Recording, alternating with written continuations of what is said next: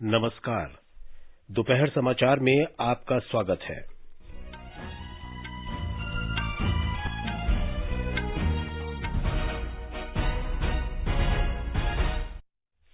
केंद्र सरकार और किसान संगठनों के बीच 5वें दौर की बातचीत जारी। कृषि मंत्री नरेंद्र सिंह तोमर ने विश्वास व्यक्त किया कि किसान अपना आंदोलन समाप्त कर देंगे। प्रधानमंत्री नरेंद्र मोदी ने कहा, कोविड महामारी के दौरान भी भारत में रिकॉर्ड निवेश आया। देश में कोविड संक्रमण के सक्रिय मामले 136 दिनों के बाद घटकर 4,10,000 पर पहुंचे। स्वस्थ होने की दर 94.20% हुई। और झारखंड ने भी जीएसटी से उत्पन्न राजस्व की कमी को दूर करने के लिए विकल्प 1 अपनाया। अब सभी 28 राज्यों और 3 केंद्र शासित प्रदेशों का विकल्प 1 अपनाने का निर्णय।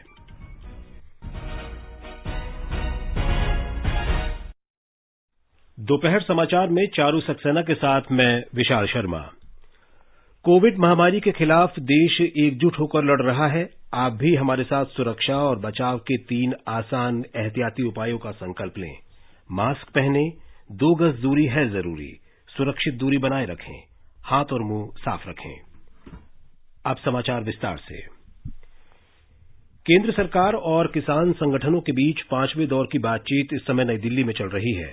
आज सुबह मीडिया से बात करते हुए कृषि मंत्री नरेंद्र सिंह तोमर ने विश्वास व्यक्त किया कि किसान सकारात्मक रुख अपनाकर अपना आंदोलन समाप्त कर देंगे। कृषि मंत्री ने किसानों के कल्याण के लिए सरकार की प्रतिबद्धता दोहराते हुए किसान संगठनों के प्रतिनिधियों से अनुरोध किया कि वे उन मुद्दों को चिन्हित करें जो उन्हें विवादास्पद लगते हैं।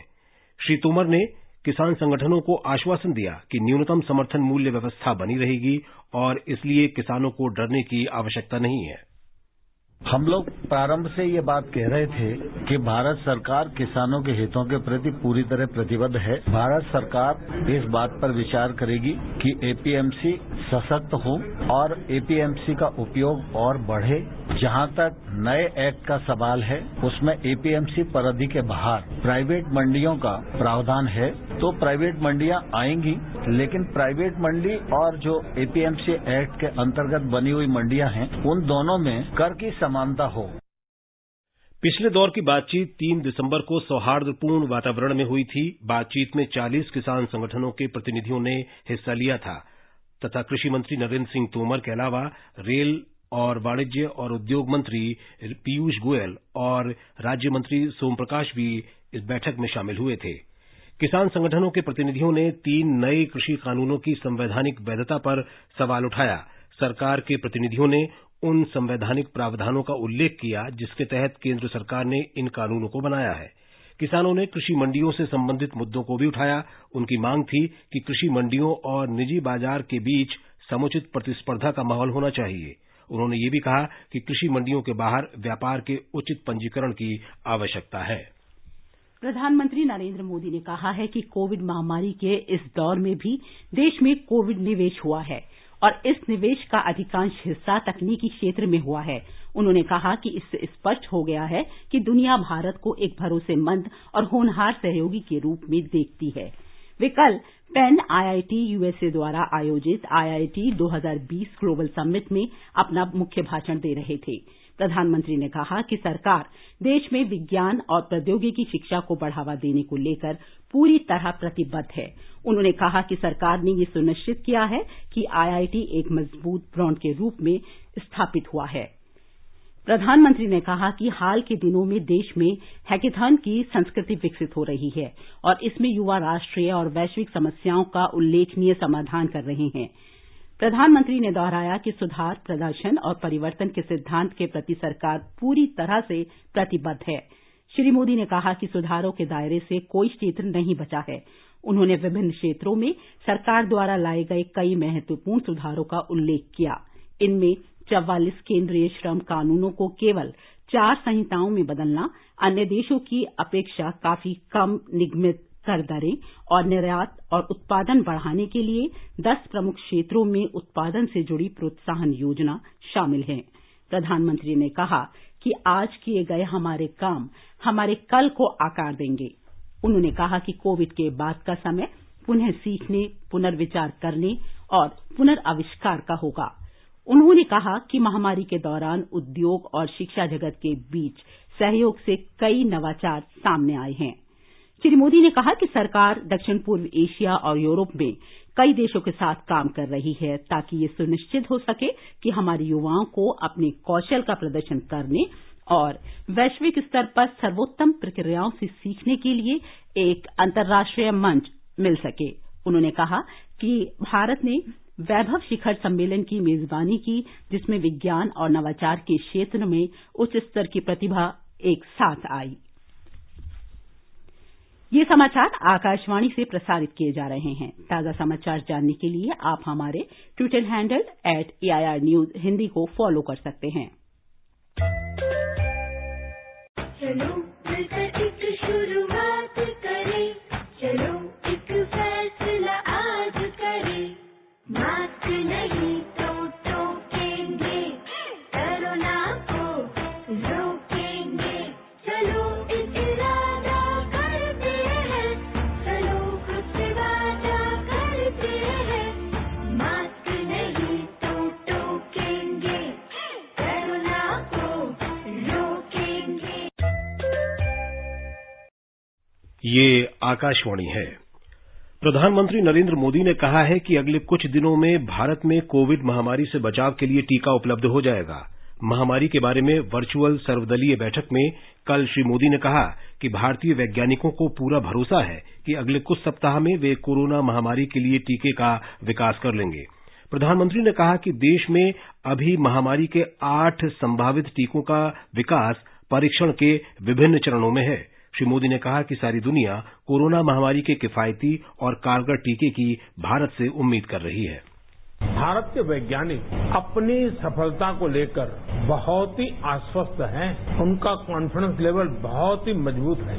अभी अन्य देशों की कई वैक्सीनों के नाम बाजार में हम सब सुन रहे हैं, लेकिन फिर भी दुनिया की नजर कम कीमत वाली सबसे सुरक्षित वैक्सीन पर है और इस वजह से स्वाभाविक है पूरी दुनिया की नजर भारत पर भी है।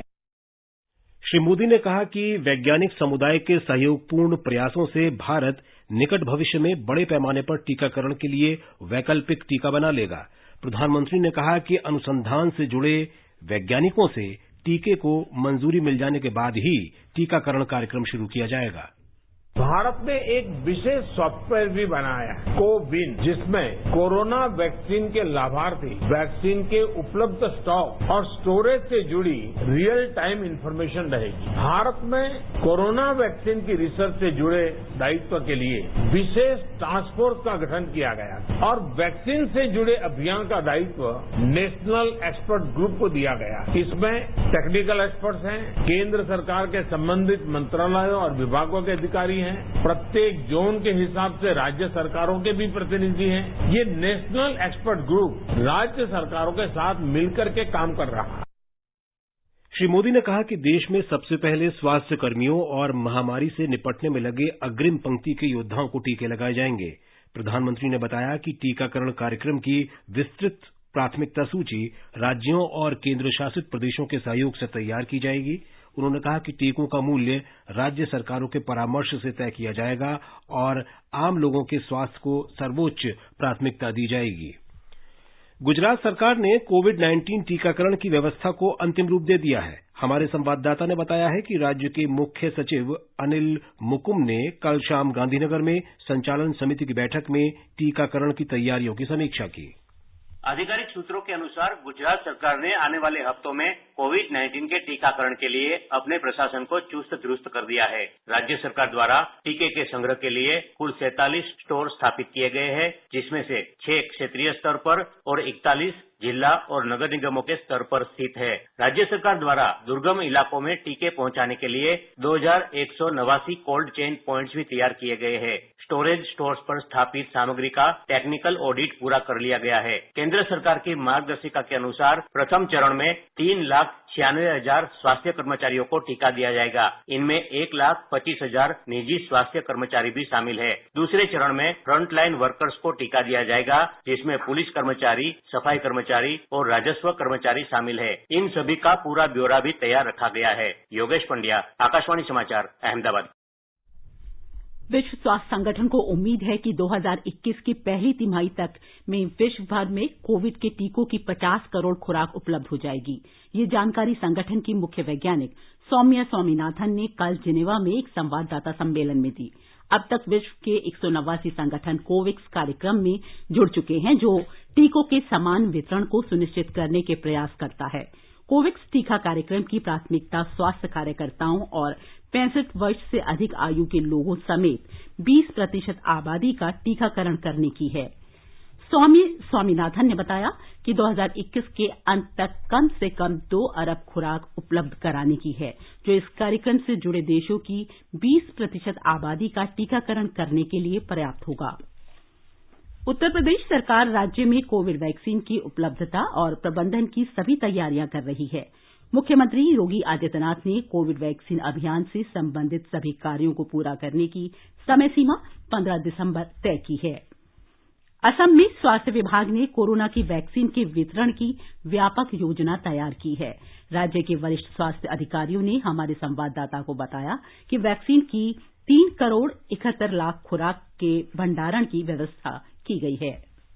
असम में कोविड के खिलाफ काम कर रहे 3% फ्रंटलाइन वर्कर का ऑनलाइन पंजीकरण पूरा हो चुका है, जिन्हें पहले चरण में वैक्सीन मिलेगी। गुवाहाटी में राज्य स्तरीय वैक्सीन स्टोर के अलावा स्वास्थ्य विभाग गुवाहाटी, ग्वालपारा, डिब्रूगढ़, तेजपुर और सिलचर में 5 क्षेत्रीय वैक्सीन स्टोर भी संचालित कर रहा है। कोल्ड चेन सिस्टम को बनाए रखने के लिए सुसज्जित वैक्सीन डिलीवरी वैन जल्द ही अधिग्रहित की जाएगी। इसके अलावा टीकाकरण से पहले स्वास्थ्य कर्मियों के लिए प्रशिक्षण शुरू करने की भी तैयारी की जा रही है। मानस प्रतिम शर्मा, आकाशवाणी समाचार, गुवाहाटी।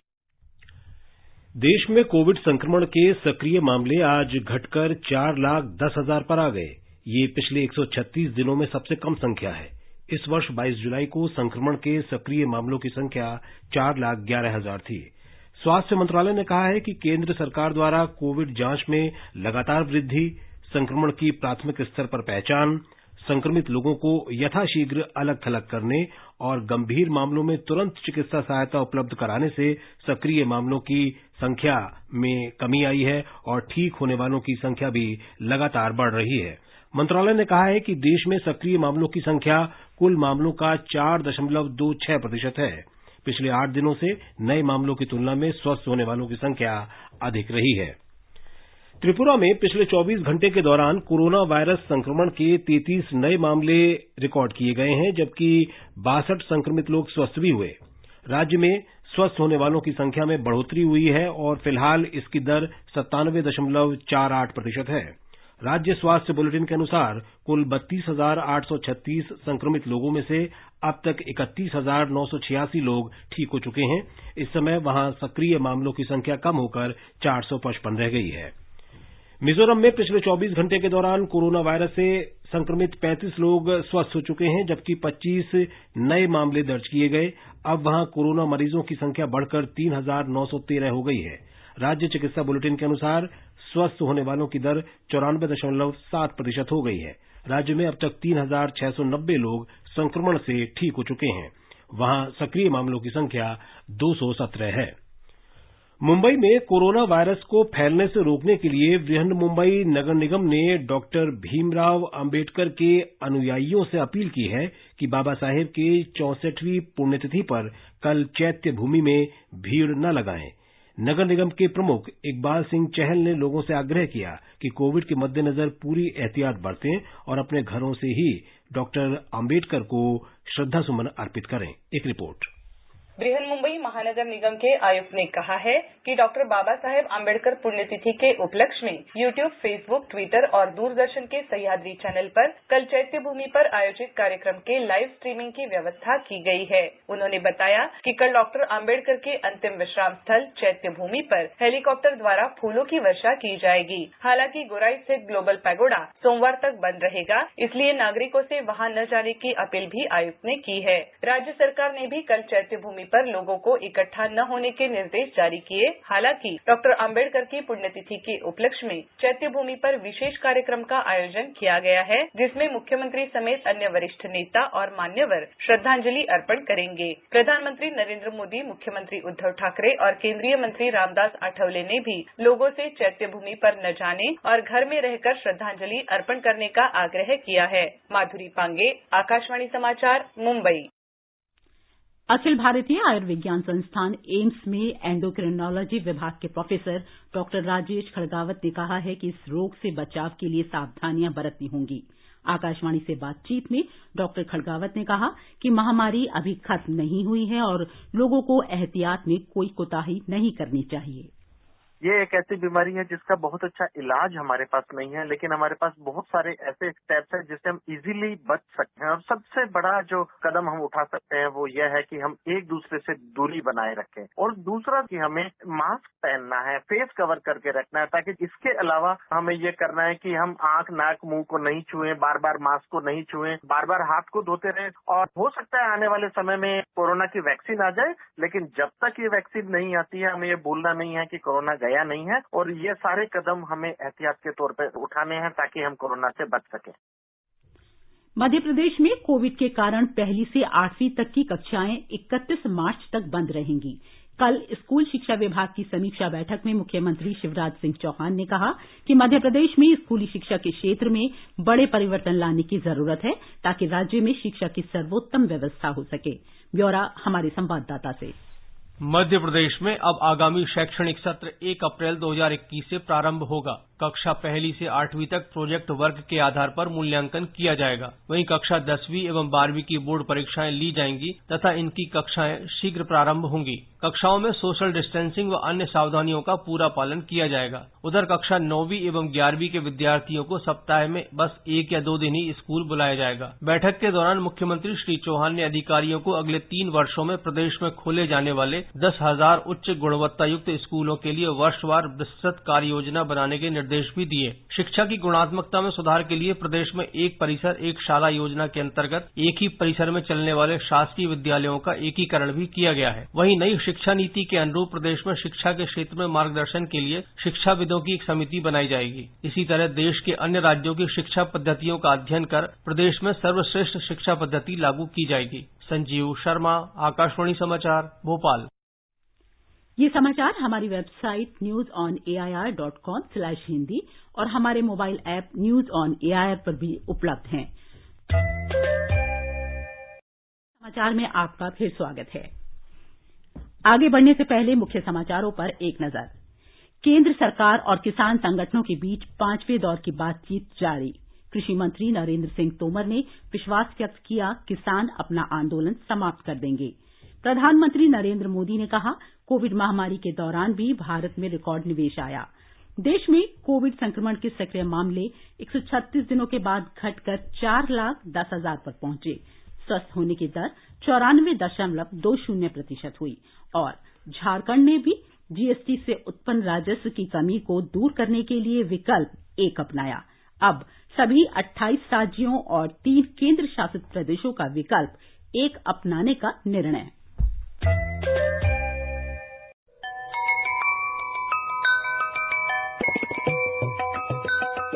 सटीक, विश्वसनीय और समाचारों की विस्तृत जानकारी सुनने के लिए हमारे आधे घंटे के समाचार बुलेटिन AIR News 24x7 और FM गोल्ड पर प्रतिदिन सुबह 8 बजे, दोपहर 2:30 बजे और शाम 8 बजे हिंदी में, और अंग्रेजी में सुबह 8:30 बजे, दोपहर 2 बजे और शाम 8:30 बजे।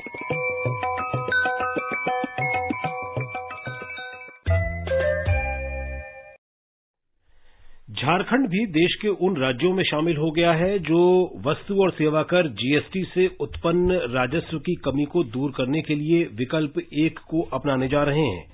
सभी 28 राज्यों और विधानसभा वाले 3 केंद्र शासित प्रदेशों ने विकल्प 1 अपनाने का निर्णय लिया है। झारखंड को जीएसटी की वसूली में आई कमी की भरपाई के लिए विशेष ऋण विंडो के माध्यम से 1,689 करोड़ रुपए प्राप्त होंगे। झारखंड को ऋण के माध्यम से अतिरिक्त 1,765 करोड़ रुपए की उगाही के लिए अनुमति दे दी गई है। केंद्र सरकार ने जीएसटी के अंतर्गत राजस्व की कमी की भरपाई के लिए विशेष ऋण विंडो की व्यवस्था की है। विकल्प 1 की शर्तों के अंतर्गत राज्यों को उनके सकल घरेलू उत्पाद के 0.5% के बराबर अतिरिक्त कर्ज उपलब्ध कराया जाएगा। ये 17 मई 2020 के आत्मनिर्भर अभियान के अंतर्गत राज्यों के सकल घरेलू उत्पाद के 2% तक के कर्ज लेने की अनुमति के अतिरिक्त होगा। ये व्यवस्था इस वर्ष 23 अक्टूबर से लागू है। केंद्र सरकार राज्यों की ओर से 5 किस्तों में 30,000 करोड़ रुपए कर्ज ले चुकी है, जिसे विकल्प 1 चुनने वाले राज्यों और केंद्र शासित प्रदेशों को दिया जा चुका है। भारतीय रिजर्व बैंक के गवर्नर शक्तिकांत दास ने कहा है कि मौद्रिक नीति समिति ने बैंकों की नीतिगत दरों को 4% के स्तर पर बरकरार रखने का सर्वसम्मति से फैसला किया है। उन्होंने कहा कि मार्जिनल स्टैंडिंग फैसिलिटी को 4.25% और रिवर्स रेपो रेट को 3.35% के स्तर पर यथावत रखा गया है। प्रधानमंत्री नरेंद्र मोदी आगरा मेट्रो रेल के निर्माण कार्य का वर्चुअल माध्यम से 7 दिसंबर को उद्घाटन करेंगे। Uttar Pradesh metro rail corporation ने आगरा मेट्रो के 2 कॉरिडोर के निर्माण कार्य को 5 वर्ष के भीतर पूरा करने का लक्ष्य रखा है। इस मेट्रो रेल मार्ग पर शहर के सभी महत्वपूर्ण पर्यटन स्थलों को गंतव्य बनाया गया है। हमारे लखनऊ संवाददाता ने बताया है कि आगरा मेट्रो के शुरू होने पर ताजमहल को देखने आने वाले विश्व भर के पर्यटकों को इस हरित परिवहन का नया अनुभव प्राप्त होगा। आकाशवाणी से विशेष बातचीत में Uttar Pradesh metro rail corporation के प्रबंध निदेशक कुमार केशव ने कहा कि आगरा मेट्रो पर्यटन के लिए एक वरदान साबित होगी और पहले प्रायोरिटी सेक्शन में ताजमहल से लेकर जामा मस्जिद तक मेट्रो ट्रेन लगभग 3 साल में चलेगी। इसमें 3 एलिवेटेड स्टेशन और 3 अंडरग्राउंड स्टेशन है, आगरा फोर्ट, ताजमहल एंड जामा मस्जिद। ये वर्क अब शुरू होने जा रहा है, पहले एलिवेटेड होगा फिर अंडरग्राउंड, और क्योंकि अंडरग्राउंड है तो इसके कंस्ट्रक्शन में थोड़ा टाइम ज्यादा लगता है। तो हम ये एंटिसिपेट करते हैं कि हम प्रायोरिटी सेक्शन का वर्क जो है करीब 3 से 3.5 साल में कंप्लीट करेंगे। उन्होंने कहा कि पहली बार यूनेस्को के दिशा निर्देशों के मुताबिक पुरातत्व सर्वेक्षण विभाग और आईआईटी मद्रास के साथ मिलकर हेरिटेज इम्पैक्ट असेसमेंट भी किया गया है। आगरा उत्तर प्रदेश के उन शहरों में शामिल है जहां प्रदूषण काफी अधिक है और मेट्रो चलने से शहर के प्रदूषण के स्तर को कम करने में निश्चित तौर पर मदद मिलेगी। सुशील चंद्र तिवारी, आकाशवाणी समाचार, लखनऊ। केंद्रीय मंत्री प्रकाश जावड़ेकर ने कहा है कि भारत में मृदा स्वास्थ्य के क्षेत्र में महत्वपूर्ण कार्य किया है और बहुत से देशों के लिए मिसाल कायम की है। विश्व मृदा दिवस के अवसर पर आज एक ट्वीट में श्री जावड़ेकर ने कहा कि विश्व भर में मृदा स्वास्थ्य के बारे में जागरूकता की आवश्यकता है। ये न केवल मिट्टी की गुणवत्ता के लिए लाभप्रद है बल्कि अच्छे पर्यावरण के लिए भी जरूरी है। महाराष्ट्र के कृषि मंत्री दादा भूसे ने जिलाधिकारियों और लोक सेवकों से कहा है कि किसानों को मृदा जांच का महत्व समझाने के लिए जागरूकता अभियान चलाएं। आज विश्व मृदा दिवस के अवसर पर श्री भूसे ने कहा कि किसानों को मृदा का स्वास्थ्य ठीक रखने के लिए उर्वरकों के उपयोग की सही जानकारी होनी चाहिए। उन्होंने कहा कि मृदा स्वास्थ्य कार्ड योजना के अंतर्गत किसानों को जारी मृदा प्रमाण पत्र किसानों को पूरी तरह समझ आने चाहिए। विश्व मृदा दिवस 2020 के अवसर पर मिट्टी को सजीव रखने और मृदा जैव विविधता अभियान चलाया जा रहा है। आकाशवाणी से बातचीत में नीति आयोग के सदस्य प्रोफेसर रमेश चंद्र ने कहा कि मृदा प्रबंधन के क्षेत्र में कई चुनौतियां हैं।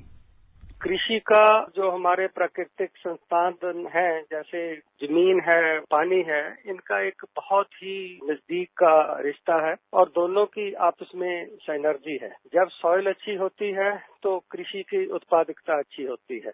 यदि हम कृषि अच्छी तरह से करते हैं तो हम सॉइल पे भी कोई नेगेटिव या कोई गलत प्रभाव नहीं डालते। सॉइल जो है हमें ये रिकॉग्नाइज करना चाहिए कि वो एक लिविंग मैटर है। सॉइल में ये एक बैलेंस तरीके से सॉइल को हम न्यूट्रिशन देते हैं, उसमें एक संतुलन रखना चाहिए। केमिकल फर्टिलाइजर हम देते हैं लेकिन उसके साथ साथ हमें जो इनऑर्गेनिक सोर्सेज हैं उनको भी यूज करना चाहिए। आकाशवाणी का समाचार सेवा प्रभाग आज से वर्ष की प्रमुख घटनाओं की वार्षिक श्रृंखला ईयर एंडर 2020 शुरू करेगा। वैश्विक महामारी कोविड-19 इस साल की सबसे बड़ी खबर रही है और प्रधानमंत्री नरेंद्र मोदी के प्रखर नेतृत्व में भारत ने इस महामारी के खिलाफ संघर्ष किया। भारत में प्रति 10 लाख जनसंख्या पर कोविड-19 का संक्रमण और उससे होने वाली मौतें कई विकसित देशों की तुलना में बहुत कम है। वास्तव में भारत सरकार और संस्थागत स्तर पर इस महामारी के खिलाफ कार्रवाई करने में सबसे आगे रहा है। आकाशवाणी से बात करते हुए नीति आयोग के सदस्य डॉक्टर वीके पॉल ने कहा कि भारत ने कोरोना महामारी के खिलाफ पिछले 9 महीने के दौरान क्रमबद्ध चरणबद्ध और अतिसक्रिय तरीके से कार्रवाई की। उन्होंने कहा कि इन उपायों से कोविड संक्रमण के लाखों मामलों से बचा जा सका और कई लोगों का जीवन बचाया जा सका। जो इस पॉजिटिव केस के कांटेक्ट में आया, उसके साथ जो उसका साथ था, उसके पहले कुछ दिनों तक ऐसे व्यक्तियों को भी नजर में अपने आप को रखना है, अलग होना है, ताकि दूसरों की तरफ आपका संक्रमण आपसे ना जाए। ऐसे हम जिम्मेवारियां निभाएंगे, देश की क्षमता बढ़ाएंगे, अपने आप को कोरोना से बचाएंगे और अपने से आगे संक्रमण ना हो वो जिम्मेवारी निभाएंगे, तो इसमें कोई दो राय नहीं है कि इस संक्रमण को हम पूरा कंट्रोल करेंगे, जानें भी बचेंगी और हमारी इकोनॉमी भी बचेगी, व्यवसाय भी बचेंगे और हमारा देश इस महामारी कैलेमिटी से, मुसीबत से उभर कर एक आत्मनिर्भर और सशक्त भारत बनके सामने आएगा। वैश्विक महामारी के खिलाफ लड़ाई में केंद्र सरकार के त्वरित निर्णयों पर प्रस्तुत है हमारे संवाददाता की एक रिपोर्ट।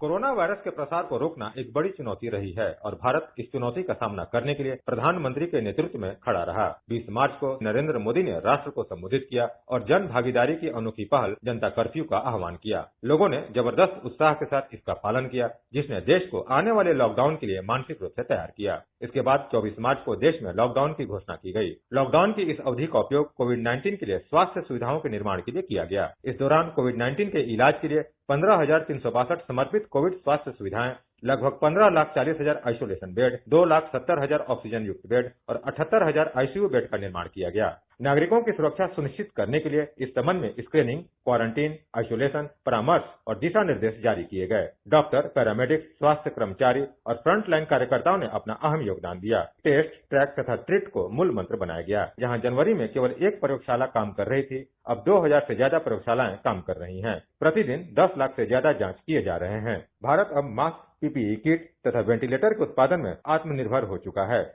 आनंद कुमार, आकाशवाणी समाचार, दिल्ली। तमिलनाडु और पुदुचेरी में चक्रवाती तूफान निवर के कारण हुए नुकसान का स्थलीय परीक्षण करने के लिए गठित अंतर मंत्रालयी केंद्रीय दल आज चेन्नई पहुंच गया। केंद्रीय गृह मंत्रालय में संयुक्त सचिव आशुतोष अग्निहोत्री की अध्यक्षता वाले इस दल में कृषि, राजमार्ग, वित्त, ऊर्जा, ग्रामीण विकास, मछली पालन और जल संसाधन विभागों के प्रतिनिधि शामिल हैं। दल के सदस्य आज दोपहर बाद तमिलनाडु के मुख्यमंत्री ई पलनीसामी से मुलाकात करेंगे। वे कल तूफान प्रभावित इलाकों वाले 8 जिलों का दौरा करके नुकसान का आकलन करेंगे तथा पुदुचेरी भी जाएंगे। ये दौरा सोमवार तक चलेगा। मंगलवार को चेन्नई वापस आने के बाद दल के सदस्य राज्य सरकार के अधिकारियों से भी बातचीत करेंगे। तमिलनाडु में रामानाथपुरम समुद्र तट के निकट मन्नार की खाड़ी में बना हवा का कम दबाव का क्षेत्र पिछले 33 घंटों के दौरान एक ही क्षेत्र में स्थिर है। चेन्नई में मौसम विभाग के ताजा बुलेटिन में बताया गया है कि हवा का कम दबाव का क्षेत्र रामनाथपुरम से 40 किलोमीटर दक्षिण पश्चिम और पंबन के पश्चिम दक्षिण पश्चिम से 70 किलोमीटर दूर स्थित है। हवा के कम दबाव के क्षेत्र के एक ही स्थान पर बने रहने और अगले 24 घंटे के दौरान इसके कमजोर पड़ने की संभावना है। इसके प्रभाव से कल दिन में मध्यम से भारी वर्षा होने की आशंका है। मछुआरों को सलाह दी गई है कि वे मन्नार की खाड़ी और बंगाल की खाड़ी के दक्षिण पश्चिमी क्षेत्रों में समुद्र में न जाएं। उन्हें तमिलनाडु के दक्षिणी तटों से भी दूर रहने को कहा गया है।